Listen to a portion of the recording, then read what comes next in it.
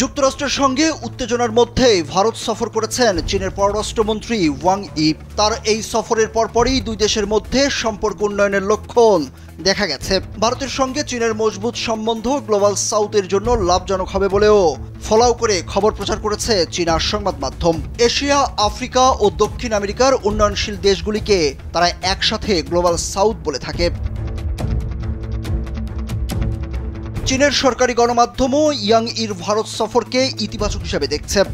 দেশটির ইংরেজি দৈনিক চায়না ডেইলিতে প্রকাশিত সম্পাদকীয়তে লেখা হয়েছে, ভারতের প্রধানমন্ত্রী নরেন্দ্র মোদীর তিয়ানজিনে এসসিও শীর্ষ সম্মেলনে যোগ দেওয়ার প্রস্তুতি হিসাবেই ওয়াং ইর ভারত সফর করেছেন।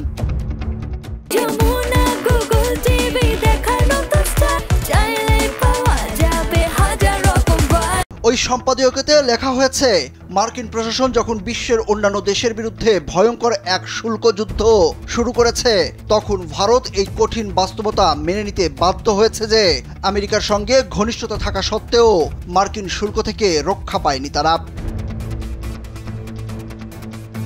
এতে আরও লেখা হয়েছে, মার্কিন প্রশাসনের সঙ্গে টক্কর দেওয়ার অবস্থায় আছে ভারত, কারণ তারা রাশিয়া থেকে তেল কেনা বন্ধ করতে অস্বীকার করেছে।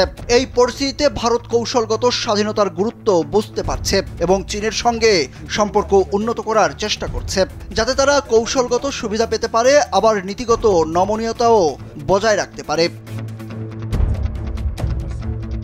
এ বিষয়ে ফুদান বিশ্ববিদ্যালয়ের লিন মিন ওয়াং বলেছেন, যুক্তরাষ্ট্রের সঙ্গে দর কষাকষির ক্ষমতা বাড়ানোর জন্য ভারত চীনের সঙ্গে সম্পর্কে পরিবর্তন আনতে পারে।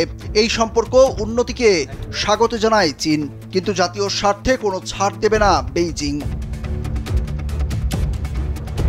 চীনের সরকারি সংবাদ মাধ্যম গ্লোবাল টাইমসের এক প্রতিবেদনে বলা হয়েছে, ভারত এশীয় বাজারের দিকে ঝুঁকছে, কারণ রপ্তানির জন্য আমেরিকার বাজারের ওপর তাদের অতিরিক্ত নির্ভরতা ক্রমবর্ধমান শুল্কের কারণে তাদের কাছে দুর্বলতা হয়ে উঠেছে।